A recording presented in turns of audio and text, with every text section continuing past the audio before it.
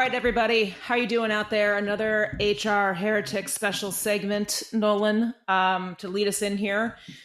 A lot of folks are talking about this article that launched yesterday. No, not yesterday, 2 days ago, August 3rd, the New York Times. The title, perfectly enough, is So Human Resources is Making You Miserable.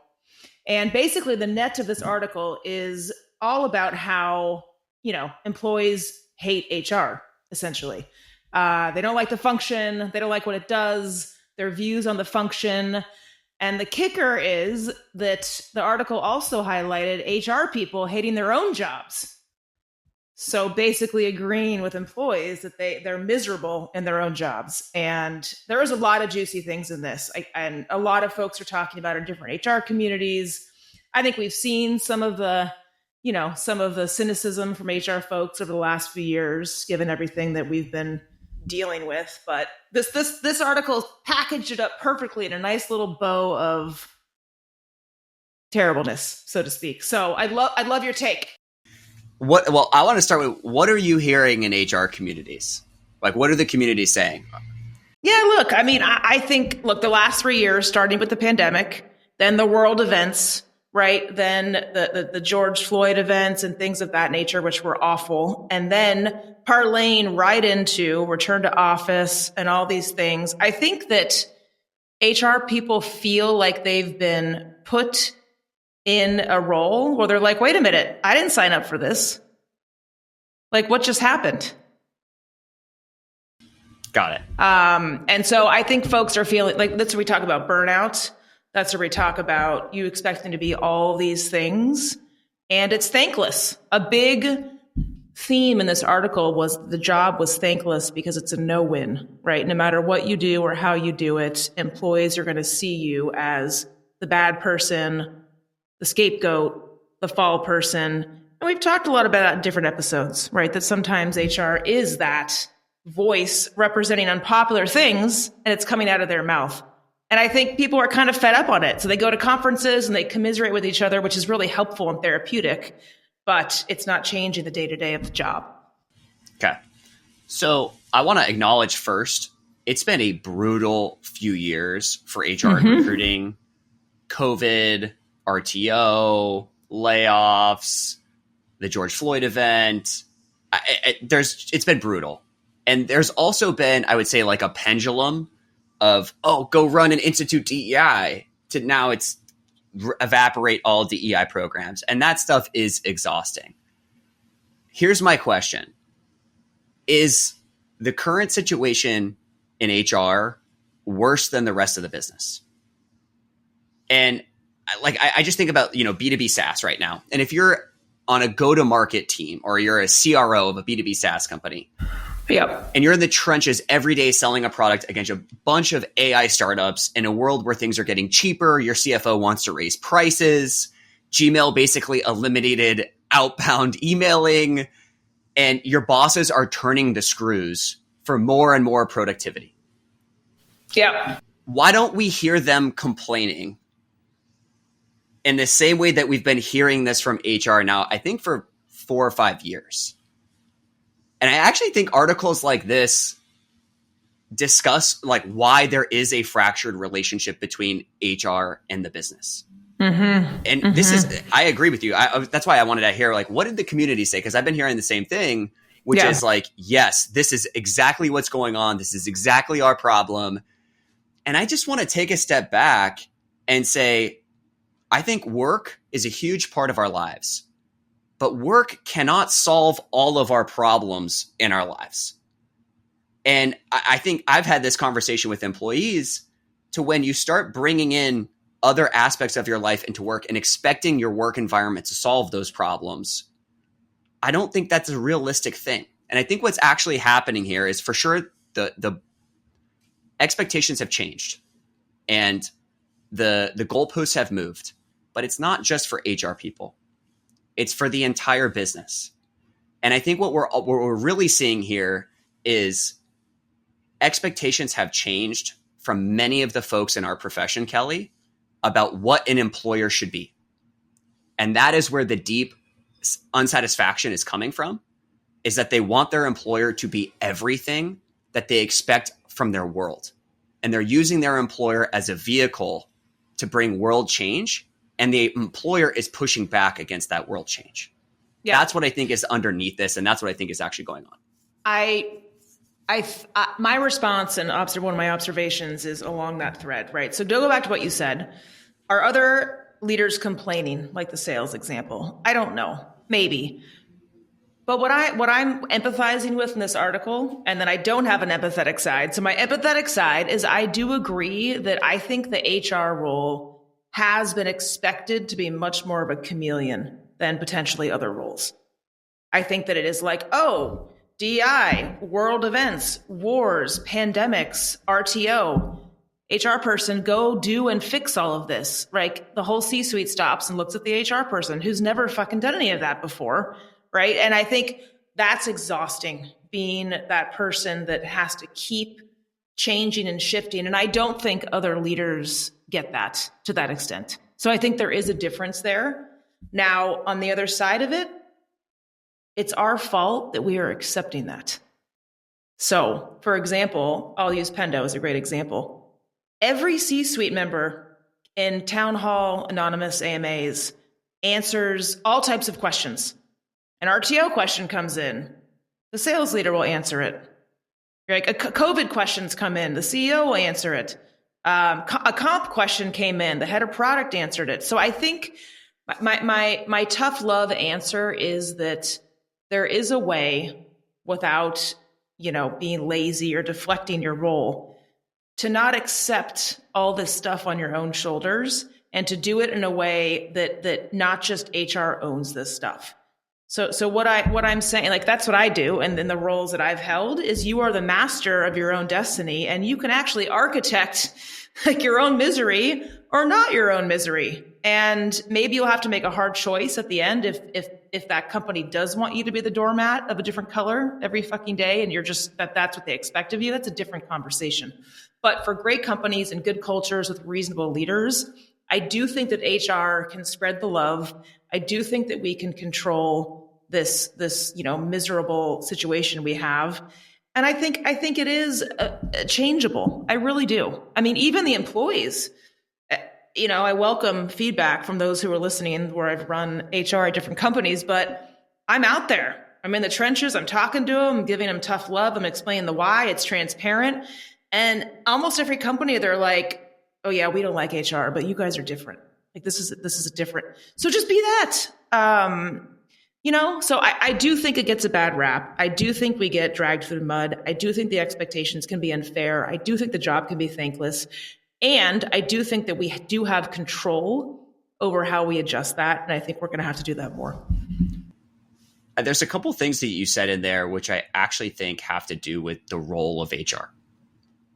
And a couple things that you said with the Pendo example is, one, a comp question comes up and the head of product answers it. Correct. And so translation for me is HR is not forcing a compensation program on the business. The business, in combination with HR, but really the business driving it, designs the comp program. HR helps them understand the trade-offs and helps them implement it, and then helps them learn and get better as time goes on, as we get more data points from that program. Yes. But then when the program comes up, the person who's in charge of defending the program is the business owner, because they are the one who owns the thing. HR is just an administrator of that program. Does that make sense to you? Do you agree with that? Like HR's job is not to own culture. It's not to own comp. It's to facilitate these programs to help business leaders understand trade-offs, to make the business run faster. And that feels like what you're doing at Pendo. What am I missing from that, Kelli? I don't think you're missing much. I think if anyone's listening to this and they're like, I'm banging my head against the wall, one thing I would do tomorrow that may be different than today is when you go into these leadership meetings and they're all looking at us with popcorn, ready to be like, what are we going to do about RTO? You lead off with, all right, team, what are we going to do with RTO? Right? It's the group's challenge, right? It's the group's baby. And everything is. I'm not being a whiny baby here and talking about us, but Like at Looker, when the CRO is like, hey, global expansion, sales teams, let's go into the Nordics, France, Germany. That's a group discussion, right? The subject matter expert, the administrator of that, of course, is on the revenue side. We're going to implement this with help. But that discussion isn't everyone being like, what are we doing, right? That is a strategic conversation that's shared by a group of leaders that own the business together. And in doing that, you are equipping, you are helping those folks learn, and frankly, expecting of them to have your back and to explain this stuff.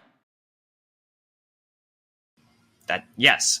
I will go back to an episode that we had with Steve Cadigan, who is LinkedIn's CHRO. It's one of my favorite episodes. If you haven't listened to it, you absolutely should. And Steve described performance reviews.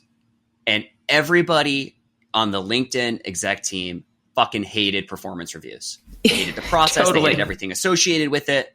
And so Steve contorted it. Instead of him being like the person who was like, we must do performance reviews, Steve said, well, let's just kill it.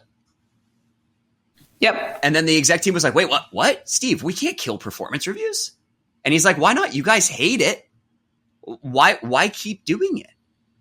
And he did this really interesting Jedi mind trick in that process, which he stopped owning performance reviews. He stopped being like, I'm wearing like the performance review thing on my chest and like I show up and say we have to do this. And instead he started parroting back what the business was saying. And once he started doing that, he helped clarify their thinking for what they actually wanted to do and the problems they actually wanted to solve. And I think, when I think about people like Steve, I think about people like LJ Brock, I think about people like Patty McCord and Pat Waters, the goats of our profession. And one of the things that I take from these people is they find a way to turn problems and look at them from different angles. And so instead of them being like, we own performance reviews or we own comp or like take on more and more and more just because the business says go do it. They come at it from different angles and they present different aspects of the argument. And then they present trade-offs and then they boil it down to experiments. And then they go run those experiments and then they report back on those experiments. And it's just this iterative approach to getting things done that we don't know actually like how it's going to play out. Cause that's all business. Like we talked about BarRaiser this past week, Kelly. Yes. And BarRaiser works for Amazon. It works awesome for Amazon. It may not work for your company. And so to figure out that process of what works for your company, I think requires an HR leader. This is the job for me, which is helping business leaders evaluate trade-offs, helping them frame why it's important to employees, helping them frame how we're going to test and run the experiment, and then helping roll it out, and then helping everyone else who's joining the company understand it, and then get better over time. That for me is the job. And that's where I think what's been happening is it's been more dictatorial from the business. Go do RTO. Yes. And many HR leaders go, I'm on it. Versus, well, why? And what are we optimizing for? And okay, great. Here's what you're going to need to contribute in order to make this a successful program. And I this is where I will empathize with HR leaders is I feel like many people do that and their executive team says, I don't want to have this conversation anymore. Just go make it happen. We already told you. And that is a core problem in the profession is when there is no understanding of what these things take to roll out. That is where friction certainly happens, where there just isn't, I'll use the term empathy right now. And when those situations happen, I strongly believe you need to have a come to Jesus conversation with your CEO. And it's, look, I can help you do whatever you want to do, but I don't own these things. You own these things. Our exec team owns these things. That is our first team. We need to own these things together versus me taking on all of this ownership and responsibility. Hey everyone, we'll be right back in a moment after a word from our sponsors. Real talk, most talent leaders haven't yet cracked how to leverage AI for meaningful impact on their hiring processes and business goals. But the leaders who are effectively using AI to transform their recruiting team's efficiency and quality use Metaview. Metaview is the AI assistant for the interview process. Their AI records and transcribes hiring conversations, like intakes, interviews, and debriefs, then provides perfectly summarized notes of everything that was discussed. That means your people can focus on creating human connections with candidates during calls and save time on the busy work of cleaning up notes after every interview. But it's so much more than just a time saver, because perfect notes means perfect data. For every candidate in every pipeline, hiring teams can make confident, informed decisions, and talent leaders can finally take control of the interview process. Join forward-thinking talent leaders at high-performing organizations like Brex, HelloFresh, and Quora, and check out Metaview. Head over to metaview.ai/heretics to talk to one of Metaview's product experts, or get started for free. You'll be up, running, and AI-enabled in minutes. Here's a crazy stat. Between hybrid and frontline employees, about 80% don't typically work in an office. So it's no surprise that digitally engaging employees is the number one concern for CEOs as companies go hybrid. But as hybrid is quickly becoming the norm, it's easy for workplaces to start feeling a little less human. Yet delighting a digital workforce is possible, and it can even be, dare we say, fun. That's where Workvivo, Zoom's employee experience platform, comes in. If you've ever recoiled at the thought of a static intranet that looks like something you built in 1995 using MS Paint, have no fear. Workvivo is a dynamic, intuitive, accessible, and mobile-first tool. People actually like using it, which is why companies like Ryanair, Dollar General, Virgin, and more have rolled it out to hundreds of thousands of employees. Workvivo's activity feeds, spaces, shoutouts, and live streams, among other features, help elevate the employee experience like never before. The result? Dramatically better retention, productivity, and most importantly, connectedness. A greater sense of the belonging we all crave at work, whether we sit at a desk or drive a truck. Make Workvivo the digital heart of your organization and achieve limitless human connection. Head to workvivo.com to book a demo, and make sure you tell them that Nolan and Kelli from HR Heretics sent you.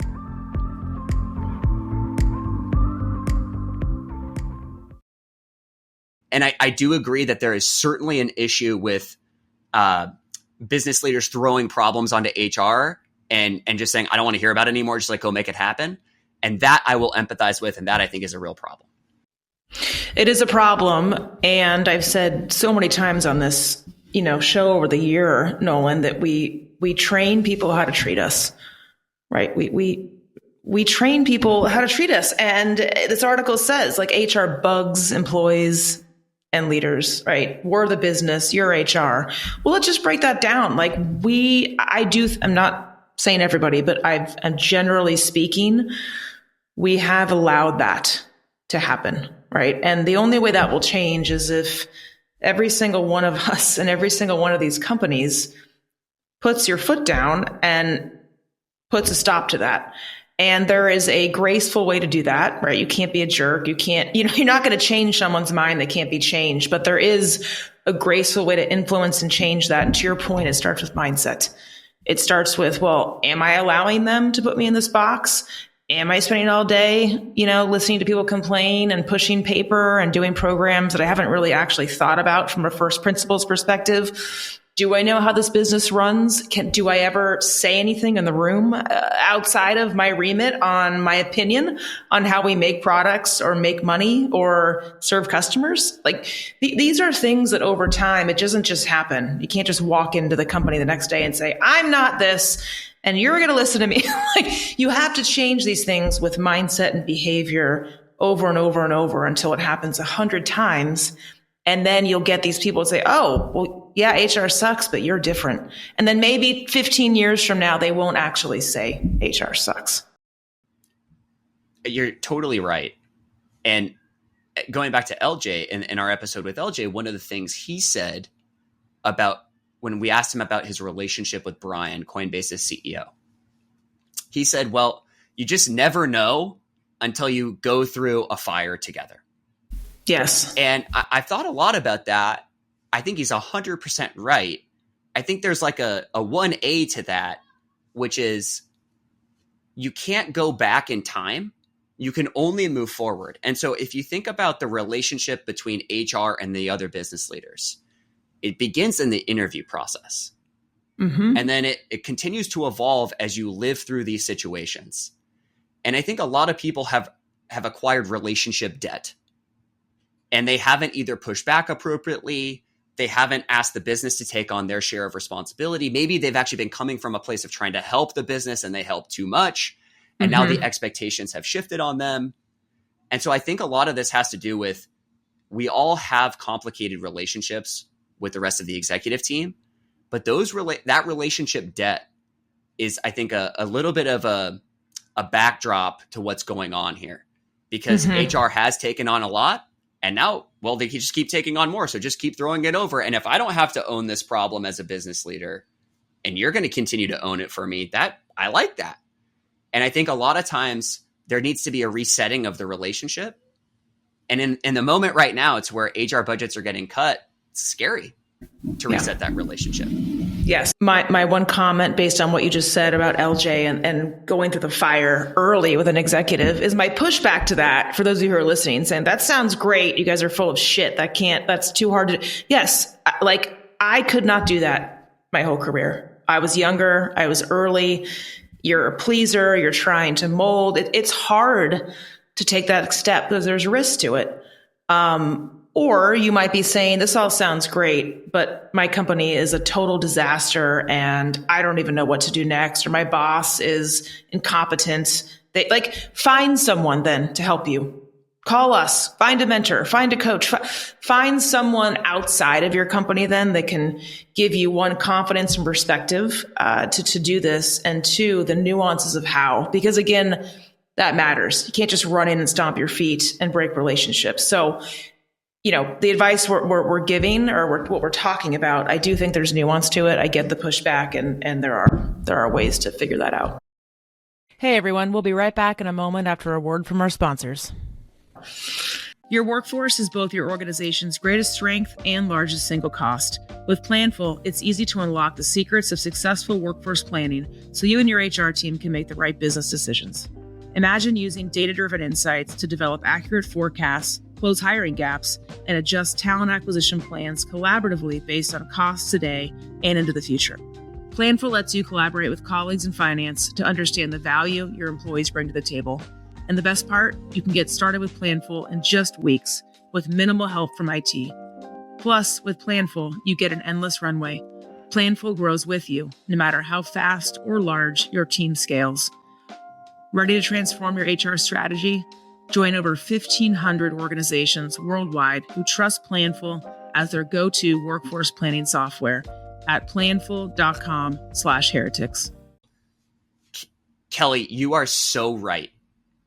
One of my biggest regrets at DoorDash is I didn't call outside help to, one, gut check me, and then two, to help me influence leadership. And what you're describing is relationship capital inside of an organization. And I don't know why this exists. You and I have had this joke privately a number of times, but Brett Record, who worked at Sequoia for 10 years, he was my mentor when I was at DoorDash, and I was telling him some of the things that we were trying to do, and there was pushback internally. And Brett goes, let me just have a conversation with Tony and I can help you handle that. And so he'd go have a conversation with Tony, and then that thing would then happen. And I was like, Brett, why doesn't Tony just listen to me? He goes, Nolan, it's just always the case of sometimes hearing it from someone else who has more experience or who has more clout can help you get that thing done. And at that moment in my career, my ego couldn't handle me not influencing the way I wanted to. And so learn from me on this one, which is, just because you have the right idea doesn't mean you have to be the direct person that influences the person who can say yes to that idea. There are other angles and other ways to manage the game for things to just get it done.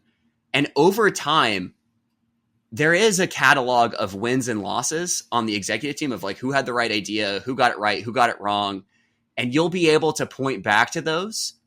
And so it's just about like doing the right thing and influencing in the right way. And every leadership team has different dynamics and different ways that influence can affect them. And so Kelly's exactly right. I wish I would have leaned more on outside help to help me get things done. Yeah, I talk about this a lot, and for those of you who have worked with me for years know I call it the sixth sense of this job. The five senses of this job are the easy part. Like, we all have, hopefully, the technical and the functional skill sets to do the damn job, right? What makes or breaks success as a leader or individual rising with influence in an organization is that sixth sense. And it's exactly those things you're talking about. How am I nuancing the communication? Timing is everything. How am I leveraging folks around me? How am I and that's all I do now, right? I'm an advisor, a mentor, a coach. Like, I work with individuals on a monthly basis because this is the thing that someone could be so brilliant, maybe like you were, or good at your craft, and you couldn't manage your way out of a paper bag. You couldn't figure it out. And this is what I think makes or breaks this job in these companies and undoes a lot of those generalizations on HR that we read in that article. I fundamentally believe that. And it's not just with leaders. It's with employees. Like, the fastest way to turn your reputation in a company is to get the 20% of the social influencers in the company to talk differently about HR, and it's done. Like, it's very important. I'm not saying that in an inauthentic way. That's so true. But it's very that is important. so true. If you win over the key people in the company and you build deep relationships with them, and honestly, this is the layer of influencing deep into the game, which is if you go ask them what their thoughts are. Totally. And then you start riffing with them and workshopping with them. Maybe you do start to change your opinion a little bit, or maybe you start to influence them a little bit and they can help you roll things out. Totally. Another aspect on this, when we had, you and I had drinks with Patty McCord, and you were talking about your time at, was it GitLab? GitHub. You were talking about your time at GitHub and Patty being able to, you were just pulling your hair out.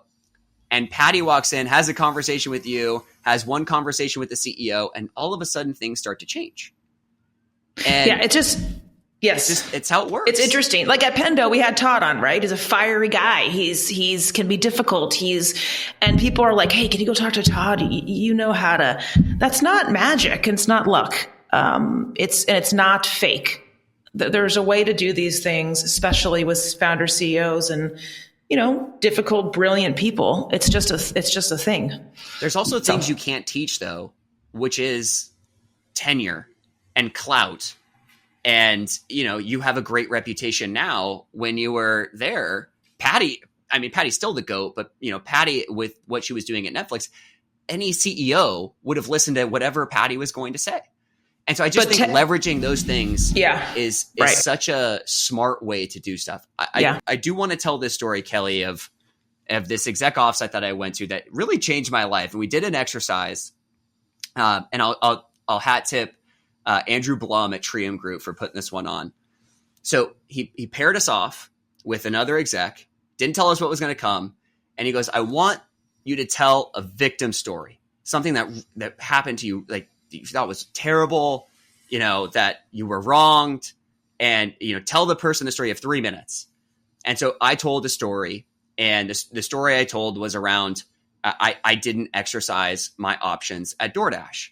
And it was all about I made it all about the company's fault. And then he did this master trick, which just completely warped my mind. And then he said, okay, now spend the next 3 minutes taking full responsibility for what happened. And as I spoke and as I started to think about how I was responsible, I had never actually considered that I was responsible until this moment. As I started owning responsibility, my entire worldview shifted. And that exercise I have thought about at least on a weekly basis when I get into the victim mindset, when I start blaming other people. And that's what I think about when I read this article, is that we as HR pros, we're blaming the business, we're blaming the CEO, we're blaming all of the things that we have to take on versus, well, instead of taking the victim mindset, what if we took the responsible mindset? And what if we took ownership for the things that were happening? And how would that shift not only how we thought and felt, but how we showed up at work and the impact that we were able to have in the relationship at the executive level? Yeah. It's hard because a lot of those things in the article are true, and I commiserate with it, and it's annoying, and it's like, frankly, anger inducing at times. And some CEOs just don't get it.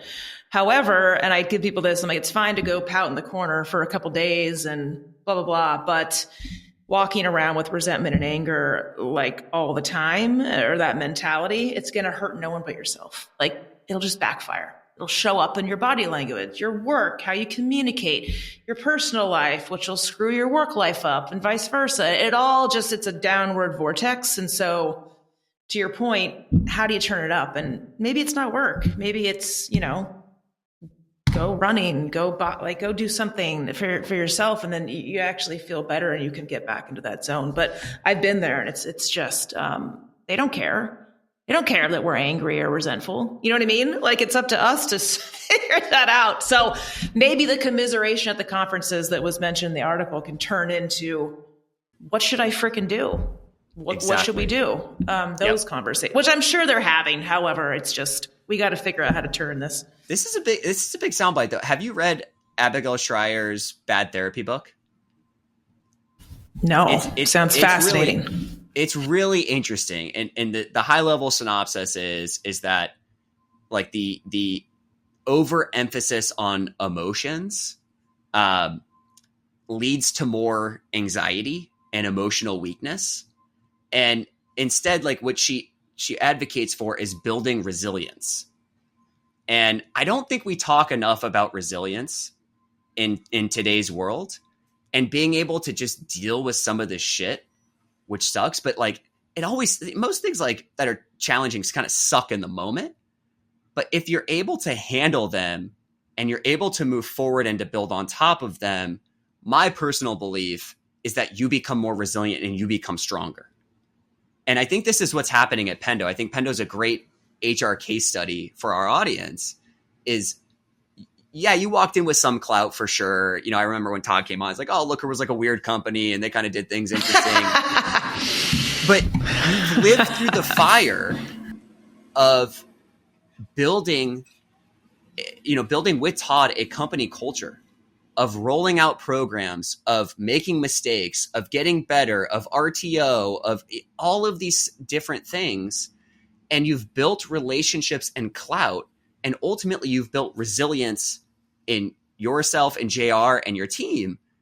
And I think that's what I really want people to take away who listen to this show is my strong guidance to you is focus more on solving the problem, and the problem will get solved faster versus all of these other emotions versus the world in general wants to promote complaining. And I'm not saying don't complain, like you have to have your outlets, but what I am saying is focus on the problem and the solution will present itself much, much faster. Yeah. I also just to maybe end, I also don't think that we appreciate or think about outside of work and what that does for us when we do go into work, so to speak. Yeah. Like we separate these things. And like for me, I build my own resilience so much with things I do outside of work. And when I go into work, right, I'm just gonna be honest, you're happier, you're more confident, you have more joy. Like humans react to those things. People are drawn into that. They appreciate it. It's a visceral feeling. Do you know what I mean? It's infectious. And so is the other side if you walk in the opposite. Really quick, what do you do to build resilience? Oh, I'm a big physical person. So like if I'm feeling like I'm in shape and I'm healthy and I'm energetic, like it's not about weight, it's about strength and a little adrenaline, and you're getting energy from those things. If I have a great relationship with my wife and our kids and we're doing fun stuff and I'm feeling fulfilled outside, it's like either when I go inside, you can't touch me because I'm like in the zone.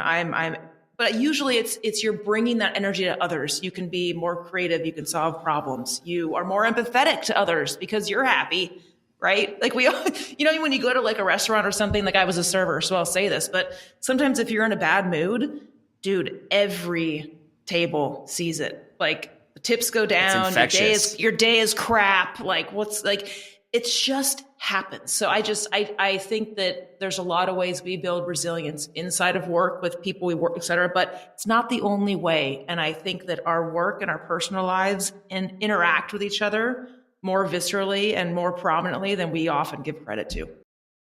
I totally agree with you. I think about, I have to prioritize myself before I prioritize anyone else. And so for me, that means sleeping well. Like I have to get 8 hours of sleep now. I used to be able to run on 5 or 6. Those days are over. I have to work out every day and I have to eat healthy.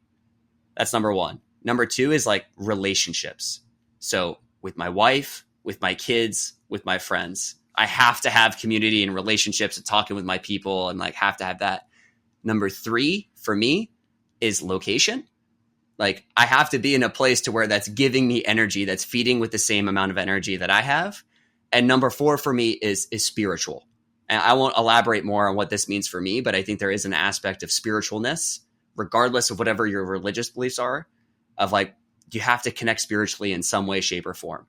And going back to what I said at the beginning of the show, I do think we're forcing a lot of this onto work, and we're expecting to get these things from work, and you can't get all of them at work. You can get some of them, but you cannot get all of them. And there is work that we need to do, especially as leaders on our own, in order to show up our best and in order to make the impact and the influence that we want to have inside of a company. So this was a blast, Kelly. Yeah, it's great. Thanks. I really enjoyed this. I will also say it's been really fun to see HR in the news as much as it's been over the course of the last few months. So thank you to the listeners who are sending us these articles and asking us to opine on them. Yes. Please keep submitting your questions and your thoughts to us, because Kelly and I not only love the questions, we love the feedback and we love the takes and the banter. And we're looking forward to the next one. Awesome. Thanks, everyone. HR Heretics is a podcast from Turpentine, the network behind Econ 102, Moment of Zen, and Turpentine VC. Subscribe, 5 stars, share it on Apple, YouTube, Spotify, anywhere you get your podcasts, all the things.